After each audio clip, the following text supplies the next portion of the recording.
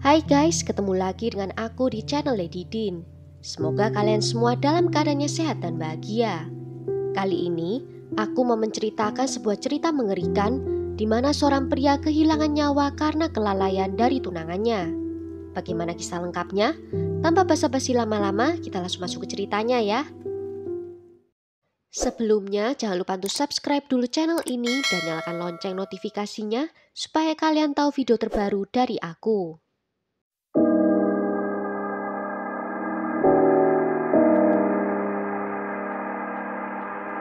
Taking that plug out, you killed Vinny, correct? Correct. And you wanted that to happen, correct? Correct. Angelica, the reality is this. You killed Vinny, right? You need a statement. What is it? I wanted him dead, and now he's gone. And I'm okay with it. I'm okay with that. Vincent Alexander Viafor adalah pria kelahiran asli New York pada tanggal 22 Agustus 1968. Selama masa SMA-nya, dia bergabung dengan tim gulat sekolah. Dan setelah lulus dari SMA pada tahun 1986, dia melanjutkan studinya di Dutchess Community College. Dia bekerja selama lebih dari 20 tahun di sebuah perusahaan konstruksi dan karirnya melejit dengan menjadi proyek manajer di sana. Dia sangat menikmati menghabiskan waktu bersama keluarga dan teman-temannya, dan dia juga memiliki hubungannya sangat dekat dengan keponakannya. Vincent adalah seorang pria yang menyenangkan, lucu, dan ramah. Dia juga sangat pintar memasak, dan masakannya yang populer adalah iga asap. Dia juga suka melakukan aktivitas olahraga seperti biliar, voli, dan olahraga air. Di bulan September 2013, dia bertemu dengan Angelica Griswold, seorang wanita keturunan Latvia yang bekerja sebagai seorang bartender. Mereka adalah pasangan yang cocok, sama-sama terlihat bugar, menarik, dan suka berpesta. Keduanya juga telah menikah 2 kali sebelumnya, namun tidak memiliki anak. Dan hanya dalam waktu beberapa bulan saja mereka bertunangan. Dan setelahnya mereka tinggal bersama di apartemennya Vincent di Poughkeepsie, New York. Di tanggal 18 April 2015, Vincent dan Angelica pergi minum-minum. Dan tak lama mereka mulai mabuk dan bertengkar, memperdebatkan berapa lama mereka akan pergi malam hari itu. Namun tak lama kemudian pasangan itu sudah berbaikan dan dengan spontan membuat rencana untuk naik kayak keesokan harinya. Pada tanggal 19 April 2015, cuaca sangat hangat, tetapi cuaca buruk diperkirakan akan terjadi pada malam harinya. Mereka menuju ke Plum Point dan berangkat menuju ke Pulau Bannerman di Sungai Hudson, yaitu pulau terlarang bagi pengunjung di luar tur yang dijadwalkan. Tetapi Angelica adalah relawan tukang kebun di sana dan berteman dengan pengurusnya. Dia berencana akan mengambil foto pra-pernikahan di pulau itu. Pasangan itu memulai perjalanannya di sekitar pukul 4:15 di sore hari. Angelica juga mengirimkan pesan ke temannya yang seorang penjaga kalau dia sedang dalam perjalanan menuju ke sana.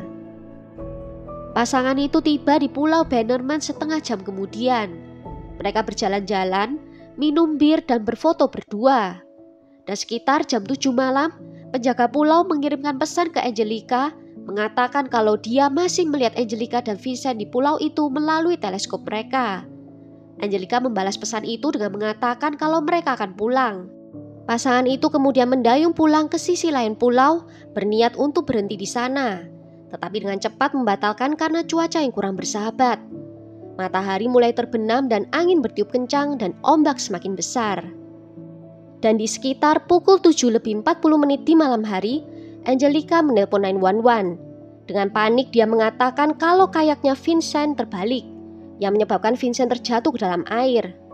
Vincent saat itu tidak mengenakan jaket pelampung dan mengapung hanya sambil berpegangan pada batalan kecil di air sungai yang sangat dingin. Dia juga mengatakan kalau arus menyeret Vincent ke arah selatan, sedangkan ombak membawanya ke arah utara. 5 menit setelah panggilan itu, Angelica mengatakan kalau dia tidak bisa melihat Vincent lagi, dan dia mulai menangis histeris. Petugas operator mengatakan kepadanya untuk tetap tenang dan mendayung ke arah lampu dari arah darat. Kecurigaan polisi dimulai pada malam saat insiden terjadi. Saat Angelica mengayuh ke pinggiran, kayaknya juga terbalik dan dia menjadi basah kuyup. Kemudian perahu penyelamat membawanya ke rumah sakit untuk dirawat karena hipotermia. Saat Angelica diselamatkan oleh petugas, dia terlihat aneh. Terlihat sangat tenang dan tidak menunjukkan emosi apapun. Juga ada saksi mata dari klub kapal pesiar mengatakan kepada petugas kalau Angelica membalik kayaknya sendiri beberapa saat sebelum kapal penyelamat tiba. Pencarian pertama yang dilakukan gagal menemukan Vincent dan pencarian pun ditunda.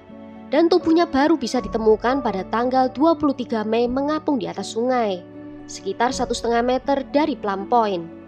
Total 34 hari lamanya dari sejak dia menghilang. Tubuh itu sudah sangat rusak sehingga memerlukan catatan giginya untuk bisa diidentifikasi. Dan beberapa hari setelah insiden itu, petugas kepolisian berbicara dengan Angelica dan interogasi ini yang membuat petugas yakin kalau Angelica mempunyai andil dalam kematian Vincent. Dan saat proses pencarian Vincent itu, Angelica terlihat baik-baik saja. Dia bahkan mengundang teman-temannya untuk karaoke di rumahnya. Dia juga melakukan akrobat jungkir balik di halaman belakang rumah. Suatu hari, dia kembali pergi ke Pulau Bannerman dan 2 orang penyelidik mengikutinya. Dan selama di sana, penyelidik juga menginterogasinya.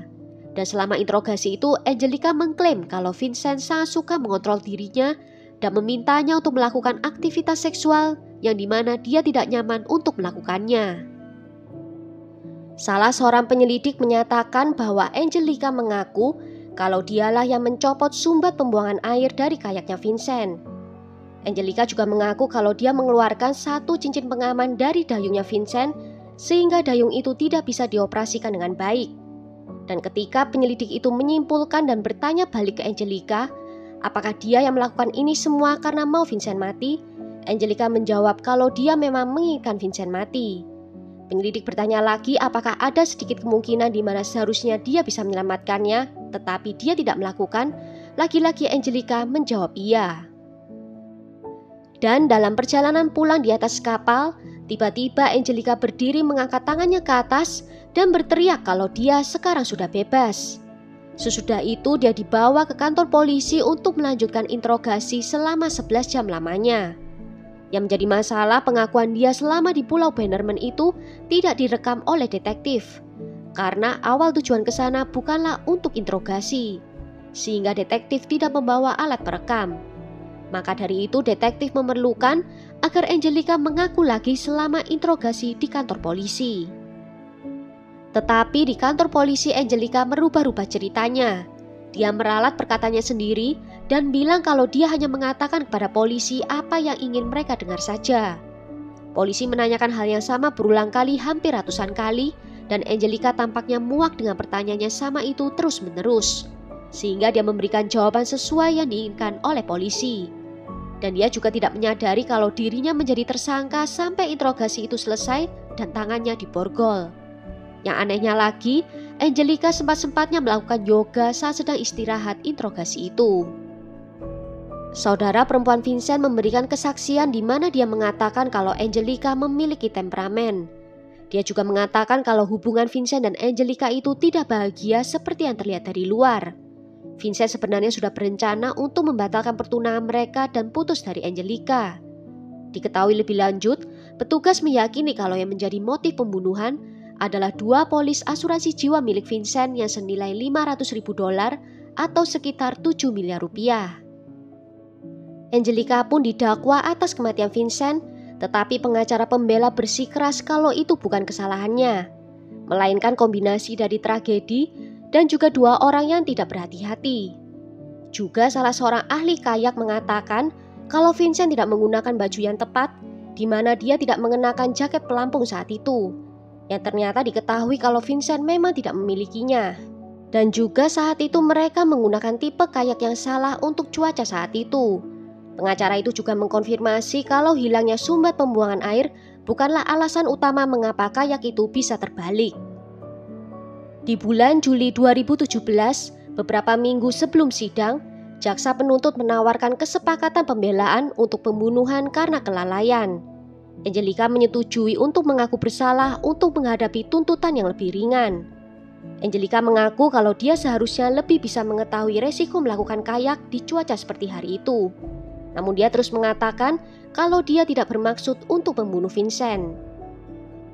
Di bulan November 2017, dia didakwa dengan pembunuhan tingkat 2 karena dianggap lalai dalam kematian Vincent. Dan Angelica dijatuhi hukuman penjara 1,5 hingga 4 tahun, yaitu hukuman maksimum yang diperbolehkan.